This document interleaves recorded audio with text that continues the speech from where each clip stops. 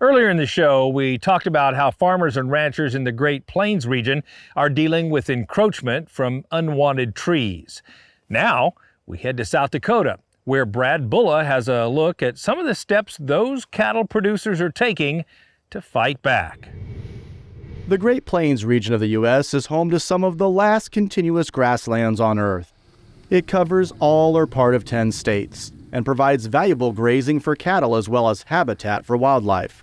Great Plains reach from Canada all the way down into Mexico, and they're a really important flyway for many different migratory birds. It's not only the flyway, it's nesting grounds. The grasslands are also important to the cattleman who wants to raise his calf crop on these grasslands because of the forage they provide. Unfortunately, fast-growing, drought-tolerant trees are taking over this valuable landscape. Although millions of new saplings sprouting each year might seem like a good thing, in reality, their spread is upending this ecosystem. It's a big problem, especially in South Dakota, where cattle producers are losing grazing land to woody encroachment. It's important to control woody encroachment in the Great Plains because as the woody species encroach on our grasslands, it displaces forage, which is really important for our cattle producers across the state of South Dakota and across the Great Plains as well. This area, the south central part of the state along the Missouri River on both sides, this 4-county area is really ground zero of how bad the woody encroachment can get. Everybody just realized that there is a big problem here. They're losing rangeland, losing grazing to these cedar trees. With the cedars, there's no biodiversity. There's no understory, there's no grasses, there's no insect life. So for even just for hunting specifically alone, we lose our mule deer habitat, we lose our sharp-tail habitat, even the turkeys don't go in them. So once a cedar area is fully canopied, it's biologically sterile. So we lose production of grasses, any forbs. It's basically a desert in our place. There's nothing prettier than seeing grass, beautiful grass, without weeds, without all the trees. And I don't know what the percentage of trees are here, but it's huge on this ranch. I could run a lot more cattle on here if the trees were taken care of. The traditional methods for clearing rangelands of these invasive species have relied on heavy mechanical equipment, such as bulldozers or large tree shears. But these methods have proven both cost-prohibitive and ineffective. That's why many in agriculture have turned to prescribed fire as a way to address the growing challenge of unwanted trees. As many cattle producers know, fire can be a powerful tool to help control invasive species and improve forage resources.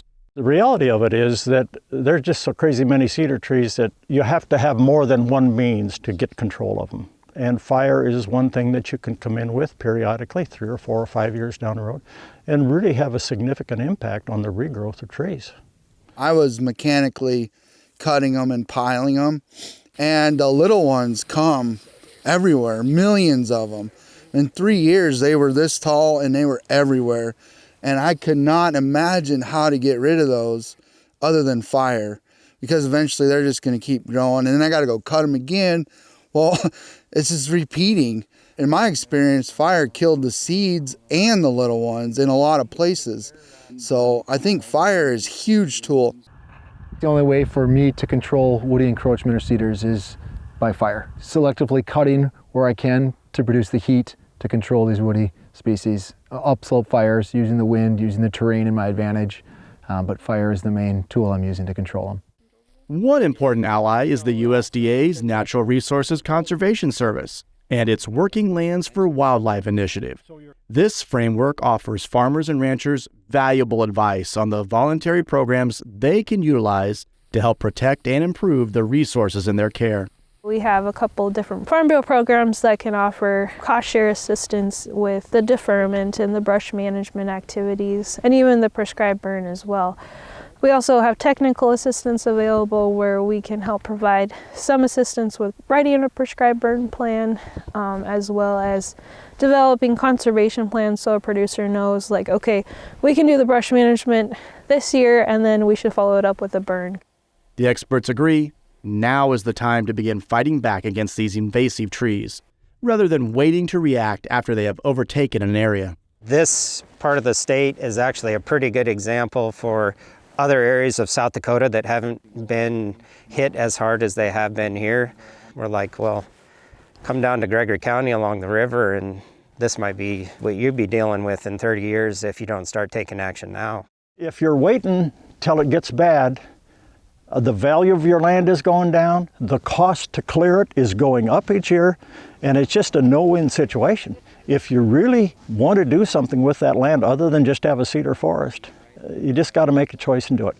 Livestock producers across the Great Plains are working hand in hand with agencies like NRCS to find solutions to the woody encroachment problem. The efforts of these hardworking families will ensure their lands are around for future generations. What can I leave for my family? I've got 4 kids. I would like to give them the option to do something with that land, but make it worth something rather than just a cedar-infested few acres that really wasn't worth much at all.